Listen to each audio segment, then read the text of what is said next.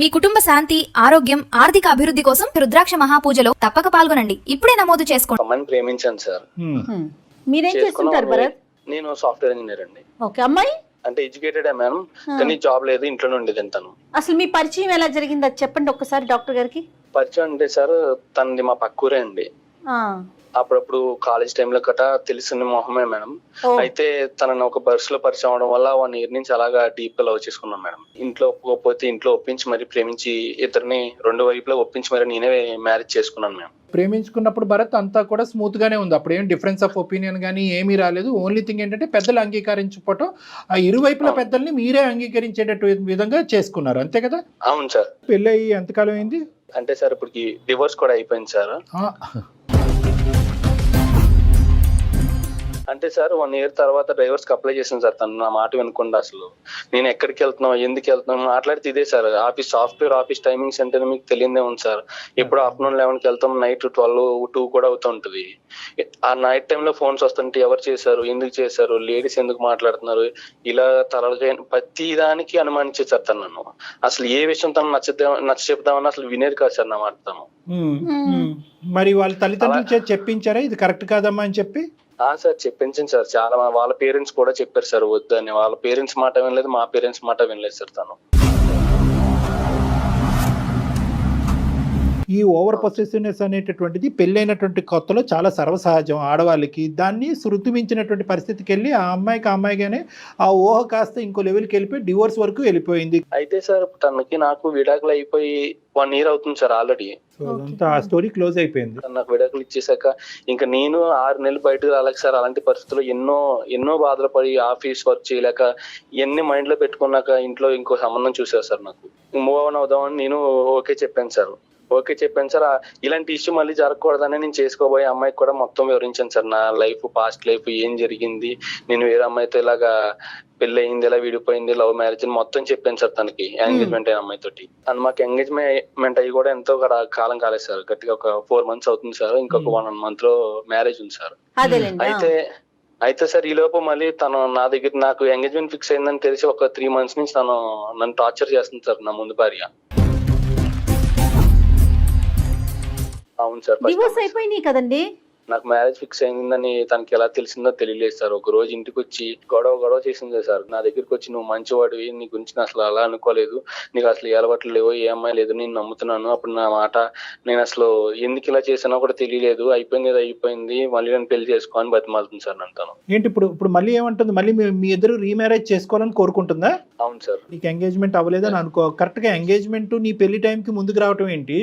దానికంటే ముందు వచ్చి ఉంటే కనుక బహుశా ఆవిడలో ఏమైనా మార్పు కనిపించుంటే నువ్వు ఏమైనా ఒప్పుకుని ఉండేవాడేమో. మళ్ళీ నన్ను పెళ్లి చేసుకో అని చెప్పి సూసైడ్ అటెంప్ట్ చేసింది సార్. నేను పోలీస్ స్టేషన్ లో కంప్లైంట్ కూడా ఇచ్చాను సార్.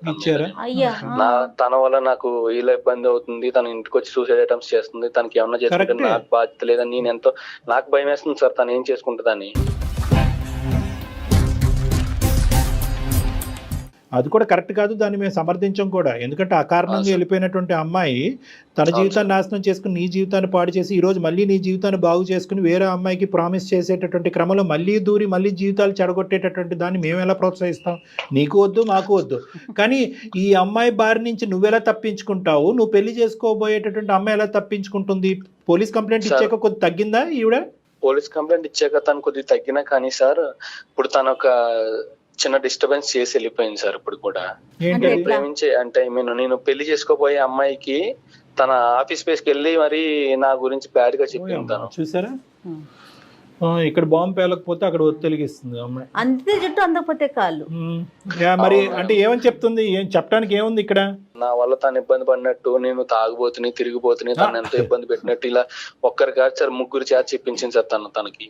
నా దగ్గర రావడానికి సార్ తనేసి ప్లాన్ అంతా ఇది. నీ దగ్గర రావడం ప్లాన్ కంటే ముందు ఈ పెళ్లిని చెడగొట్టాలనే మోటో ఏంటంటే నువ్వు సుఖపడకూడదు, తనకు కానటువంటి వాడు ఎవరికి చెందకూడదు, ఇంకా ఇతని జీవితంలోకి వేరే వాళ్ళు రాకూడదు. మళ్ళీ ఆ అమ్మాయి రావాలి, మళ్ళీ ఆ అమ్మాయి నిన్ను ఉడుం పట్టుగా బిగించాలి, నిన్ను ఊపిరి తీసుకునేకూడదు. ఇదే పద్ధతి కంటిన్యూ అవుతుంది. సరే, ఆ అమ్మాయి మార్పు వచ్చిందో లేదో అనేటటువంటిది ఈ రోజు అప్రస్తుతం. అదేమి ఇప్పుడు అది పెద్ద మాట్లాడుకోవాల్సినటువంటి అవసరం లేదు. కానీ ఇప్పుడు నీ జీవితాన్ని పాడు చేస్తున్న అమ్మాయి ఈ రోజు వచ్చి మళ్ళీ ఆ అమ్మాయి జీవితాన్ని పాడు చేస్తుంది కదా. అవును సార్. ఆ అమ్మాయి ఫస్ట్ మ్యారేజ్ సెకండ్ మ్యారేజ్ ఇప్పుడు నువ్వు చేసుకోబోయే అమ్మాయి ఫస్ట్ మ్యారేజ్ సార్ తను. ఫస్ట్ మ్యారేజ్ పూర్తిగా మీరిద్దరు ఒకరినొకరు అండర్స్టాండ్ చేసుకున్నారు ఈ 4 months లో? పూర్తిగా అండర్స్టాండింగ్ చేసుకున్నాం సార్. తను నన్ను నమ్మింది సార్. అండ్ ఈ విషయం జరగగానే తన గురించి నా గురించి బ్యాడ్ గా చెప్పగానే తను నాకు ఫోన్ చేసి ఇదేంటని అడగగానే తనకి ఎక్స్ప్లెయిన్ చేశాను సార్. కానీ తను కలిసి కూడా మాట్లాడాను సార్. తను అంతా క్లియర్ గా ఉంది కదా సార్. కానీ కాకపోతే మళ్ళీ ఈ పెళ్లి అయ్యాక కూడా తర్వాత ఇలా జరిగితే నా వల్ల నేను తట్టుకోలేను సార్. నువ్వు మాకు చేయడానికి కారణం ఏంటి? ఇప్పుడు మొదటి అమ్మాయితో మాట్లాడాలనా, లేదంటే ఆ అమ్మాయి పరిస్థితి అలాగే ఉంటది, ఇప్పుడు నేను చేసుకోబోయే అమ్మాయిని ఆలోచింపజేయండి అనా? సార్ నాకు మొదటి అమ్మాయి వద్దు సార్. నాకు రెండవ అమ్మాయి ఇప్పుడు చేసుకోబోయే అమ్మాయికి నాకు ఫ్యూచర్ లో ఎలాంటి ప్రాబ్లమ్స్ వస్తాయన్న భయం ఉంది సార్ నాకు. నేను అలాంటి ఫేస్ చేయలేను సార్. మాకు ముందుగానే పెళ్లికి ముందుగానే మీరు ఏమన్నా ఒక సజెషన్స్ ఇస్తారు, మాకు మా బంధాన్ని నిలబెడతారని చెప్పేసి మిమ్మల్ని ఆశ్రయించాను సార్ నేను. సరే, ఇప్పుడు నువ్వు చేసుకోబోయే మంచి ఆలోచనే. చేసుకోబోయే అమ్మాయి పేరు మాధవి సార్. మాధవి గారు. సో ఏం చేసావంటే, వాస్తవానికి నీ ఈమెయిల్ వచ్చిన తర్వాత మేము కొన్ని ఎంక్వైరీస్ కూడా జయ మేడం కండక్ట్ చేశారు. మన టీం ద్వారా జయ మేడం కొన్ని ఎంక్వైరీస్ కండక్ట్ చేయించి వాస్తవానికి నీ భార్యతో కూడా మాట్లాడారు. ప్లస్ మీ ఆఫీస్లో ఉండేటటువంటి కొన్ని క్లోజ్ ఫ్రెండ్స్, ఫ్యామిలీ ఫ్రెండ్స్తో కూడా మాట్లాడటం జరిగింది. ఎందుకంటే ఈ భరత్ అనేటటువంటి అబ్బాయి నిజం చెప్తున్నాడు అనేటటువంటిది అనుకోవటానికి ఏముంది? పాప మా అమ్మాయి ఎన్ని ఆపసోపాలు పడిందో, ఎంత క్షోభం అనుభవించిన తర్వాత ప్రేమించినటువంటి అమ్మాయి పెళ్ళైనటువంటి 1 year తర్వాత డివోర్స్ తీసుకోవటం అనేటటువంటిది చాలా రేరెస్ట్ ఆఫ్ రేర్ సిచ్యువేషన్. అది చదువుకున్నటువంటి. సో కండక్ట్ చేస్తే కనుక మాకు తెలిసినటువంటిది ఏంటంటే, నువ్వు కంప్లీట్గా క్లీన్ చిట్గా బయటకు వచ్చావు. నువ్వు నీ మీద ఎటువంటి అభాండం కూడా మా టీం వాళ్ళకి కనిపించలేదు, ఎటువంటి అనుమానం కూడా మాకు రాలేదు. తర్వాతే మేము నీ ఫోన్ కాల్ సెలెక్ట్ చేసి నీతో మాట్లాడటం అనేది జరుగుతుంది. లేదంటే ఏం చేసి ఉండేవాళ్ళము, ఈ అమ్మాయితో మాట్లాడిపించేది ఏందిరా బాబు, ఆ అమ్మాయి ఫోన్ కలుపు, నీ బండారం అంతా బయటపడుతుంది అని ఉండేవాళ్ళం. అర్థమైంది కదా? సో అది కూడా మా ప్రేక్షకులకు అర్థం అవ్వాలి కాబట్టి ఈ అంశం కూడా నేను నీ ఎదురుగుంటే నేను తెలియపరుస్తున్నాను. నీకు తెలియదు, నీ గురించి నీ బ్యాక్గ్రౌండ్లో చాలా ఎంక్వైరీస్ జరిగినాయి.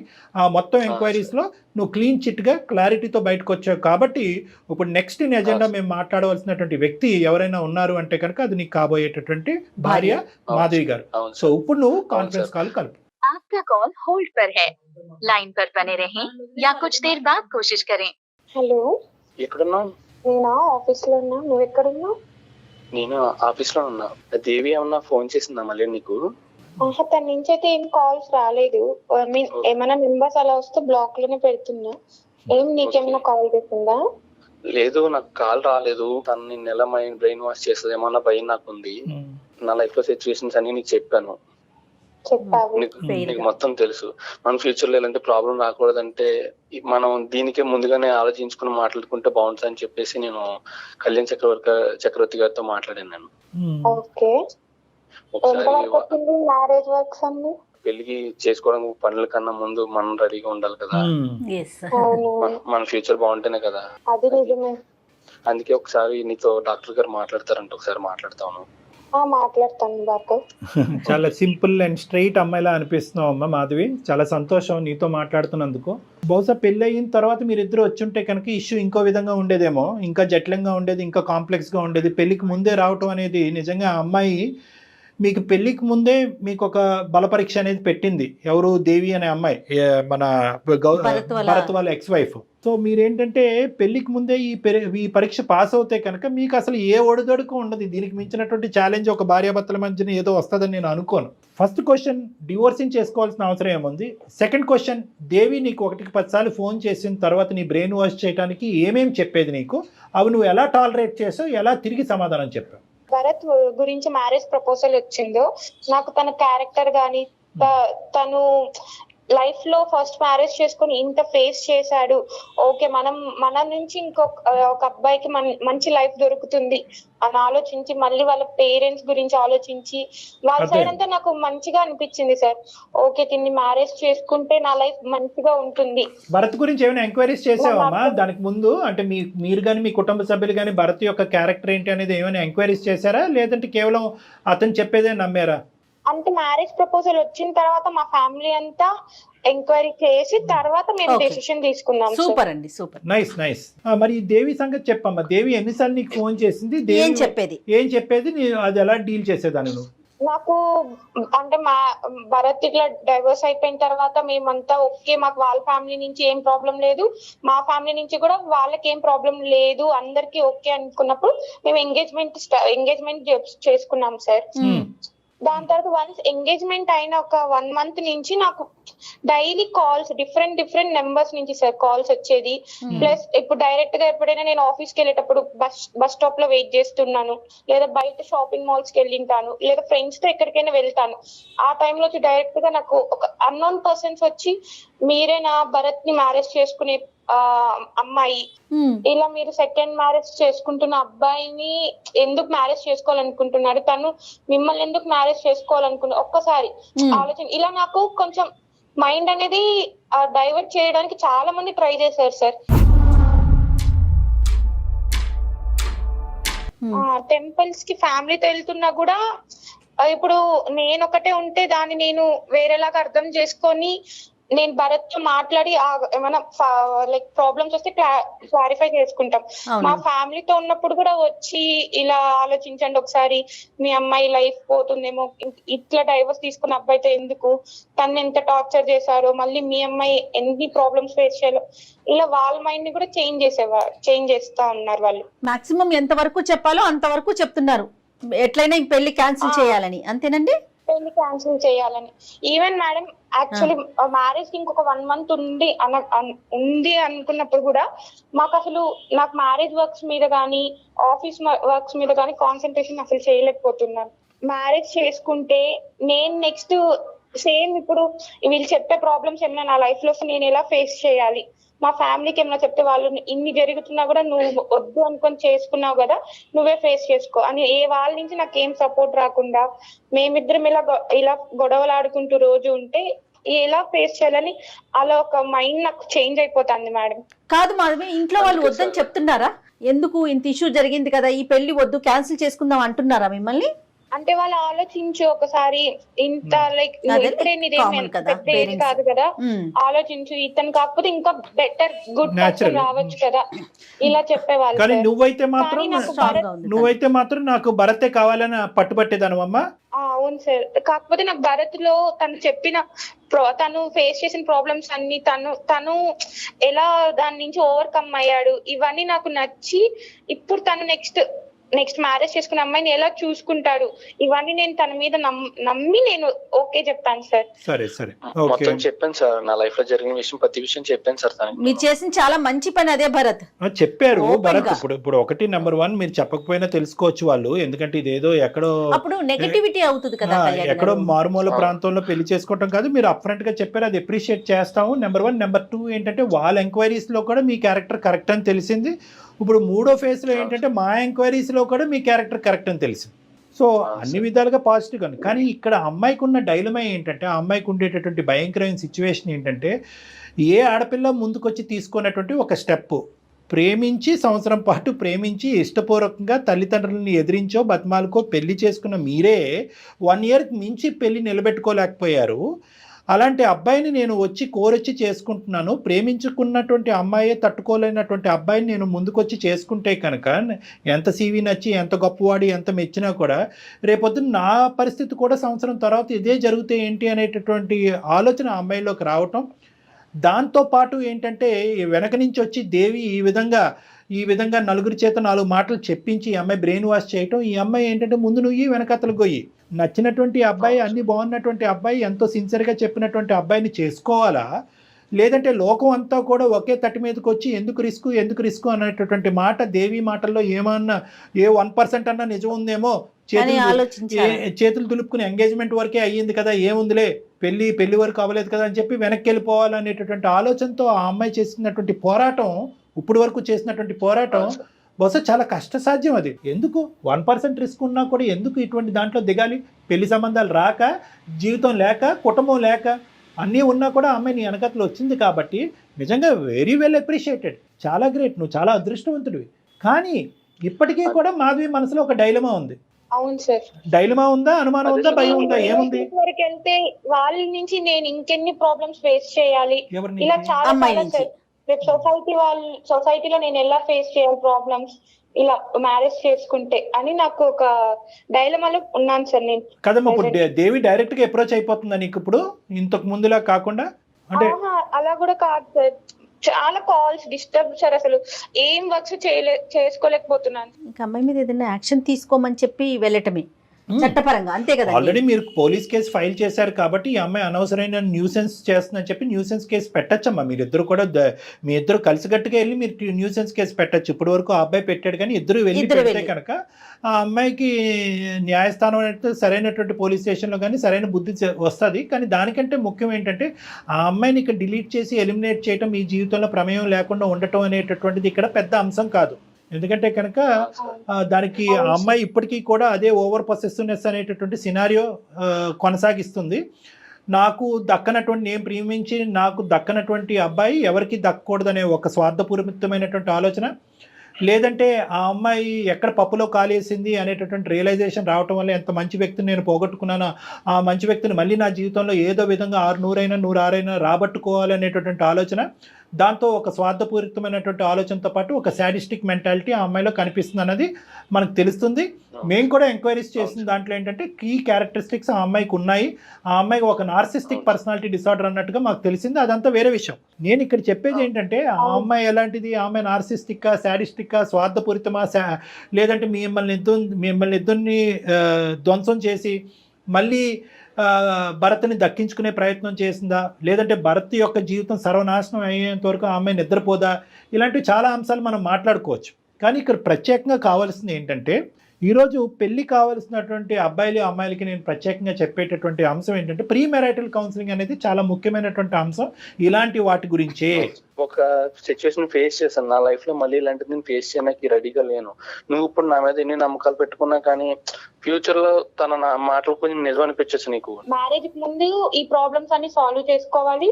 నెక్స్ట్ ఫ్యూచర్ లో ఇప్పుడు నువ్వు ఆ ప్రాబ్లమ్స్ ఫేస్ చేసి వచ్చావు, నేను ఆ ప్రాబ్లమ్స్ కూడా ఫేస్ చేయకూడదు నా మ్యారేజ్ లైఫ్ లో అని నేను డిసైడ్ అయ్యాను. సో అందుకే నేను కొంచెం ఇలా డైలమాలో ఉంటున్నాను.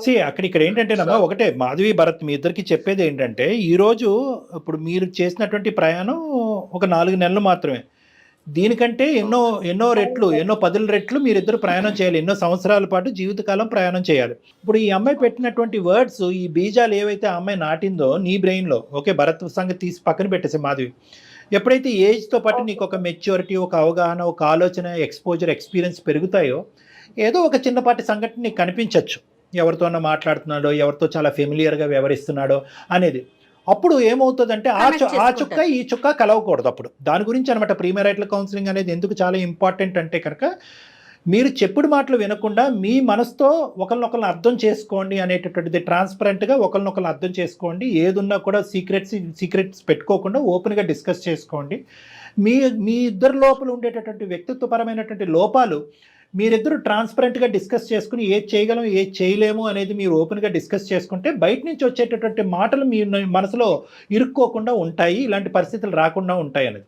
మీ ఇద్దరి జీవితంలో ఈ అమ్మాయి వచ్చి చాలా పుణ్య కార్యక్రమం చేస్తుందని నేను చెప్పాలి. ఎందుకంటే కనుక ఏదైతే ఈ పార్టీ బ్యారియరు ఈరోజు దేవి అనే వ్యక్తిని నీ జీవితంలోకి వచ్చి నీ బ్రెయిన్లో ఈ మాటలు పెట్టకపోతే కనుక మీ పేరెంట్స్ నువ్వు ఇంకొద్ది ముందుకెళ్ళి ఇంకొంత ఎక్స్ట్రా ఎంక్వైరీస్ చేసి ఉండేవారు కాదు. సుమన్ టీవీ వాళ్ళు మేము కూడా మా టీం వరకు వచ్చి మేము కూడా ఈ ఎంక్వైరీస్ చేసి ఉండేవాళ్ళం. ఇప్పుడు ఏంటంటే ఒక ఫ్రెష్ పేజ్గా నీకు భరత్ అనేటటువంటి వ్యక్తి నీ కళ్ళెదురుగుంటా ఉన్నాడు కాబట్టి బల్ల గుద్ది మనసు మీద చేసుకుని Bharat is made for each other, you both are made for each other అనేటటువంటిది మేము చెప్పగలుగుతున్నాం. 3 పాయింట్స్ జాగ్రత్తగా గుర్తుపెట్టుకోండి. ఒకటి, ఏ మ్యారేజ్ అయినా ప్రీ మ్యారిటల్ కౌన్సిలింగ్ అనేది ఇంపార్టెంట్ అని. ఎందుకంటే ప్రేమించే పెళ్లి చేసుకునే వాళ్ళైనా కానీ లేదంటే అరేంజ్డ్ మ్యారేజ్ అయినా కూడా ప్రీ మ్యారిటల్ కౌన్సిలింగ్ అనేటటువంటిది ప్రాబ్లమ్స్ వచ్చి చేసేటటువంటి కౌన్సిలింగ్ కాదు. ఒకప్పుడు ప్రాబ్లమ్స్ వస్తే కనుక దాన్ని ఎలా ఎదుర్కోవాలి, మనస్పర్ధలు వస్తే కనుక ఎలా ఎదుర్కోవాలి, భిన్నంగా ఆలోచించేటటువంటి పరిస్థితులు వస్తే కనుక, అంటే పెళ్లికి ముందు పెళ్లి తర్వాత ఒకేలాగా లేనటువంటి పరిస్థితి వస్తే కనుక ఆ ఛాలెంజెస్ని ఎలా ఫేస్ చేయాలి అనే దానికి ప్రీ మ్యారిటల్ కౌన్సిలింగ్ అనేది కరోనా వైరస్ రాకుండానే వ్యాక్సినేషన్ ఎలా అయితే చేసుకుంటున్నామో దాని లాంటిది అనమాట. ఇది ఒక వ్యాక్సిన్ లాంటిది, ముందు జాగ్రత్త చర్య. ఎగ్జాక్ట్లీ అండి. ఇది నెంబర్ 1 గుర్తుపెట్టుకోండి. నెంబర్ 2 ఏంటంటే ప్రీ మ్యారిటల్ కౌన్సిలింగ్లో ప్రధానంగా చెప్పేది ఏంటంటే ఇందాక నేను చెప్పినట్టుగా ట్రాన్స్పరెన్సీ ఈజ్ వెరీ ఇంపార్టెంట్. ఎటువంటి లోపాలు ఉన్నా ఏమున్నా కూడా ముందస్తు Open గా. చెప్పేసుకోండి. పెళ్లి తర్వాత చెప్దాము, ప్రేమ పెరిగిన తర్వాత చెప్తాము, అతని మనసు పెద్ద సముద్రం అంతా అయిన తర్వాత చెప్దామని అనుకోవటం కాదు, ముందస్తేనే చెప్పేసుకోండి. అది ఒక ట్రాన్స్పరెన్సీ. మూడో అంశం ఏంటంటే వ్యక్తిత్వ పరంగా లోపాలు ఏవైతే ఉంటాయి కనుక నేను ఇది భరించగలను, ఇది భరించలేను, దీని వరకు అయితే నేను టాలరేట్ చేస్తాను, ఇంతవరకు అయితే టాలరేట్ చేయను, నా జీవితంలో మా అమ్మ యొక్క ప్రభావం ఇంతవరకు ఉంటుంది, మా అక్క చెల్లెల ప్రభావం ఇంతవరకు ఉంటుంది, మా తండ్రి ప్రభావం ఇంతవరకు ఉంటుంది.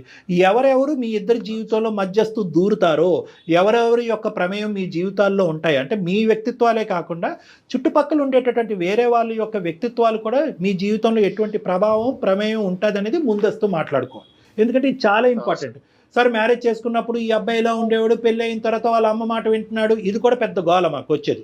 అవునవును. ఇది పెద్ద ప్రాబ్లం. అవునండి. మా అత్త మాట వింటాడు, ప్రేమించేటప్పుడు ఏమొచ్చి నువ్వే ప్రపంచం, నువ్వే జీవితం, నీలాంటి అమ్మాయిలని నేను చూడలేదని అంటాడు. పెళ్ళి అయిన తర్వాత వాళ్ళ అమ్మ పక్కనే కూర్చుంటాడు, వాళ్ళ అమ్మ చెప్పిందేమి అంటాడు, ఈకలు పక్కపక్కలో అనేది అంటూ ఉంటాడు. సో కాబట్టి ఏంటంటే వాళ్ళు చుట్టుపక్కల ఉండేటట్టు. అదేవిధంగా అబ్బాయిలు ఏమంటా ఉంటారు, ఇదేంటి ఎప్పుడు టైం దొరికినప్పుడల్లా మీ అమ్మకు ఫోన్ చేస్తావు, అమ్మ పప్పులో ఎంత ఉప్పు వేయచ్చు అని మీ అమ్మనే అడుగుతావు, అమ్మ ఈరోజు సాంబార్ వాడాలా లేదంటే తోటకూర వేపడి చేయాలని మీ అమ్మనే అడుగుతావు, అన్నిటికీ మీ అమ్మని అడిగేటట్టయితే నేను ఎందుకు అని చెప్పి అబ్బాయిలు వచ్చి మా దగ్గర చెప్తాను. సో ప్రీ మ్యారిటల్ కౌన్సిలింగ్ అనేది కేవలం మీ మనసులు, మీ మనస్తత్వాలు అర్థం చేసుకోవటమే కాకుండా ఎవరెవరు ఎంత పాత్ర పోషిస్తారు మీ ఇద్దరి జీవితాలు అనే సబ్జెక్ట్ కూడా ఇరువైపులా అర్థం చేసుకోవడానికి ప్రీ మ్యారిటల్ కౌన్సిలింగ్ అనేది ఫ్యామిలీ కౌన్సిలింగ్ కింద కూడా పనిచేస్తారు. ఎంత బలంగా ఉన్నా కూడా దేవి లాంటి వ్యక్తులు పదే పదే మీ జీవితాల్లో దూరి మిమ్మల్ని ఇబ్బంది పెట్టేటటువంటి పరిస్థితి వస్తుంది అంటే కనుక మీరిద్దరు ఇంకా చిన్నపిల్లలు, భవిష్యత్తు ఉంది. అటువంటి శాడిస్టిక్ మెంటాలిటీతో, నార్సిజం అనేటటువంటి ఆలోచన శైలితో వచ్చే దేవి లాంటి వ్యక్తులు మీ జీవితంలో వచ్చి ఇంకా చిందరవందర చేయకుండా మీరు పోలీస్ స్టేషన్కి వెళ్ళటం కానీ, లీగల్ అడ్వైస్ తీసుకోవటం కానీ ఖచ్చితంగా అయితే మాత్రం చేయాలి మరి రానున్న రోజుల్లో. Okay sir. Okay sir. Be strong అండి, స్ట్రాంగ్ గా ఉండండి, డాక్టర్ గారి సలహాను తీసుకోండి. అవసరమైతే ఒక్కసారి మీ ఇద్దరు కూడా వచ్చి కలవచ్చు పర్సనల్. రండి, ఏమైనా ఉంటే కనుక రండి. 90% అంతా క్లియర్ అయిపోయింది అన్నట్టు నాకు అనిపిస్తుంది. ఏమైనా ఉంటే కనుక ఆలోచించరండి, లేని పక్షంలో రావద్దు. చెప్పినటువంటి సూత్రాలు మాత్రం గుర్తుపెట్టుకుని హ్యాపీగా ముందుకెళ్ళండి. Okay sir. Thank you so much sir. Thank you మా, Bye అమ్మా. All the best. రైట్. మీరు చేస్తున్న రెగ్యులర్ కౌన్సిలింగ్ తో పాటుగా ప్రీ మ్యారిటల్ కౌన్సిలింగ్ కూడా కాస్త సమయాన్ని మీరు వెచ్చిస్తే బాగుంటుంది అనిపిస్తుంది కళ్యాణ్ గారు నాకు. ఎందుకంటే ఎవరైతే ఇప్పుడు ఆడియన్స్ చూస్తారో వాళ్ళకి కూడా ఒక క్లారిటీ వచ్చి ఉంటుంది, ప్లస్ అవసరం కూడాను. ఎవరికైనా కూడా ప్రీ మ్యారిటల్ కౌన్సిలింగ్ కావాలి, డాక్టర్ గారితో మాట్లాడాలి అనుకుంటే కింద స్క్రీన్ మీద కనిపిస్తున్న నెంబర్కి కాల్ చేసి అపాయింట్మెంట్ బుక్ చేసుకోవచ్చు. రైట్ కళ్యాణ్ గారు, ఎనీహో చిన్న చిన్న డౌట్స్ చాలా మెచ్యూర్డ్ గా ఉన్నారు ఇద్దరు కూడా, ముఖ్యంగా అమ్మాయి కూడా ఓపెన్ గా ఉన్నారు. అంటే చాలా మన వర్క్ అనేది చాలా ఈజీ అయిపోయింది. రైట్ అండి, ఇంకొక ఎపిసోడ్తో కలుద్దామండి. నమస్తే.